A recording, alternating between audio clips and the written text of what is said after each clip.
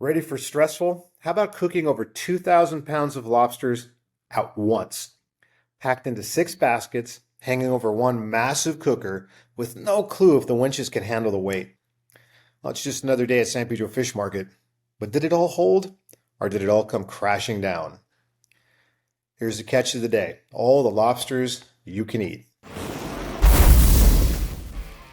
Hey, I'm Mike Ungaro, and welcome to Fish Factor. I'm CEO, visionary, and business co-owner of the Kings of Fish TV series on Amazon Prime and the legendary San Pedro Fish Market. Under my leadership, we saw double-digit annual sales growth for over a decade and became the second most visited seaside attraction on the Western Seaboard, second only to SeaWorld. On this channel, you'll get an exclusive behind-the-scenes look at what it takes to run a multi-generational business that's been operating since 1956, the highs, the struggles, and the unique challenges of working with family. You'll see firsthand what it takes to keep a seafood empire thriving while also producing our TV series Kings of Fish, which you can watch right here on YouTube and on Amazon Prime.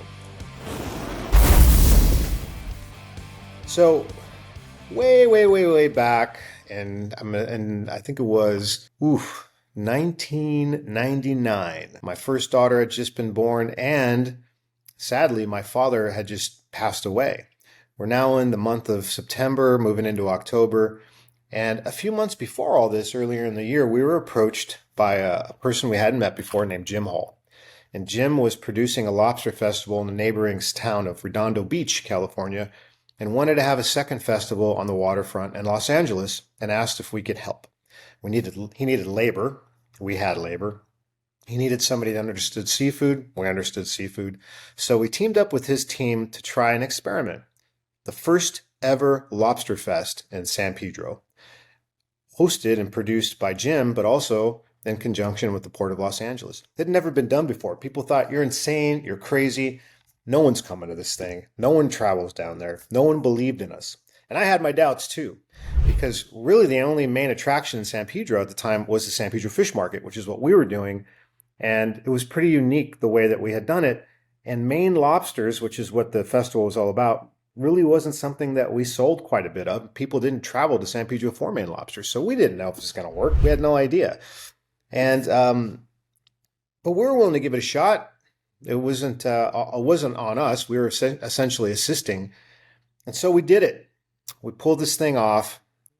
We worked with our partners, Jim brought in from Redondo, and thousands of people showed up to buy these lobsters. And we watched how they were doing it, and we learned a lot. And eventually, Jim just made a decision. We're going to keep these festivals separate, and we're going to have you handle the San Pedro version, the LA Lobster Festival. We're bringing in music. We're bringing in rides for kids. We're bringing in a whole bunch of other food. But the main show is going to be the lobsters. Can you do it? And we're like, yeah, but we don't have the equipment. We have the manpower, we could figure that out, but we don't even have a cooker. So we had to figure out, what are we going to do and how are we going to do this? Now, the first time we did it on our own, we were fortunate. The lobsters that we were buying, all from Maine, by the way, the person that held the actual Maine Lobster Fest drove all the way across country with his steamer and let us borrow it. And we looked at that and we looked at what he did, and it was kind of an emergency situation because we didn't have a lot of time to prepare. So what happens? The Ungaro family and Mafitano family team up, mostly with my brother's help, and they designed and built our own lobster cooker. It's an incredible piece of machinery. We still have it, but it hadn't been tested. We don't know if it's going to work.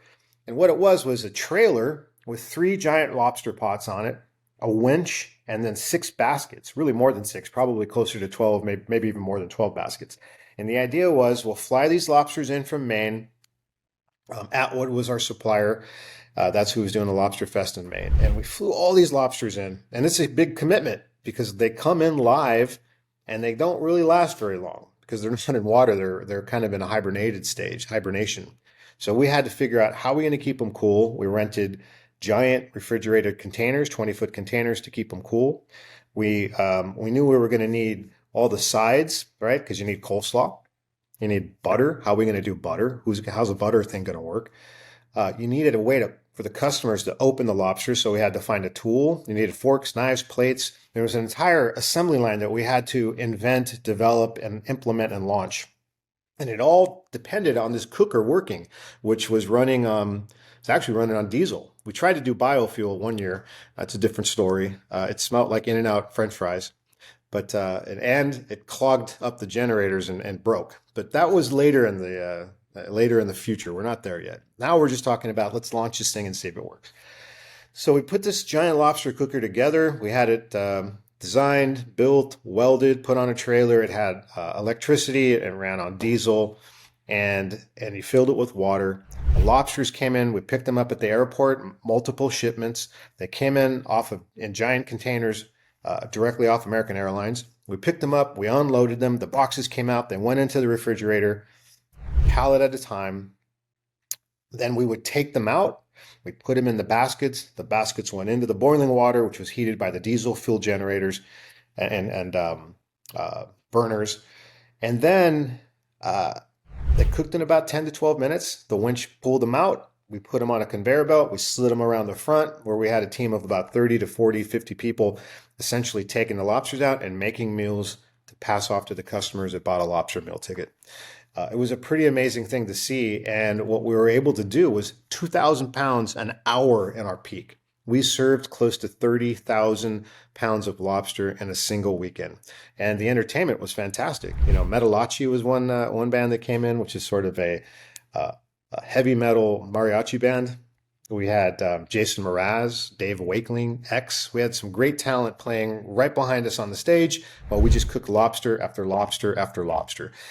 And it became a phenomenon. The interesting part about it was not only was it a success, but it wasn't the normal customer base that we had at San Pedro Fish Market. And this was only about 200 yards away from where the fish market was. So we had our normal guests coming in for our world famous seafood trays. But then you had this whole other contingent of people that were lobster lovers or seafood lovers from all over California and beyond, even in other states, that flew out not just for the music, not just for the entertainment, the rides for their kids and all the other little cool types of food and gadgets and lots of beer. But the big stage was the lobster cooker and what we were able to produce.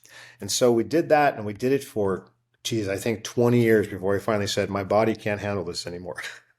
We're getting a little bit too old for all this hard work, and decided we were going to focus more on the restaurant. But it was a hell of an experience. It brought in people from all over the place, thousands and thousands and thousands of people. And it built our brand in a way that I didn't anticipate. We got a lot of great media coverage out of it. We were able to showcase our ingenuity and how we were able to produce something that just nobody else was doing. And it ended up becoming what we found to be the largest seafood event as far as lobsters go, largest lobster event, I'll say, in the entire country, dwarfing anybody else that tried to do it. Because I don't think anyone else is crazy enough to put their neck on the line to buy 30,000 pounds of lobster, because you didn't even know if we were going to sell them. As a matter of fact, one year it rained and we didn't sell them. And we were stuck with tons of unsold lobster trying to figure out what are we going to do. Nobody comes out, and the rain, when it rains in Southern California, people don't go out to eat. They don't leave their homes. And they definitely don't come to a restaurant where the seating's outside. But I was fortunate enough to find a way onto a local radio show. It was a Jamie and Danny show. I think it was Star 98.7 FM at the time. And they were talking about, Danny Bonaducci was talking about, what's this lobster fest I keep hearing about? We got to check this thing out. So we reached out to the studio and goes, you know what? We'd like to bring some lobsters onto your show. And we brought that in addition to our garlic bread and our shrimp trays. And Jamie and Danny were so busy eating lobster and shrimp, I think I had 5 or 10 minutes of uninterrupted radio time to talk about and promote how we had all these lobsters that we needed to sell because they were alive. And we ran a special, and within a week, we had sold all of them to the restaurant. So sometimes it's about being exercising some ingenuity, using your network, understanding PR and marketing. And this is before social media, so we really couldn't do anything on social media to promote it. This was it was 20 years ago. But we did some pretty amazing things, some things we're proud of. And it's really showcases when it comes to the San Pedro Fish Market family, solving problems, using your ingenuity, being innovative, knowing how to promote. Incredible things happened. So that's the story of the Port of Los Angeles Lobster Fest, Jim Hall brought it to us, and how the San Pedro Fish Market played a major role in making it all happen.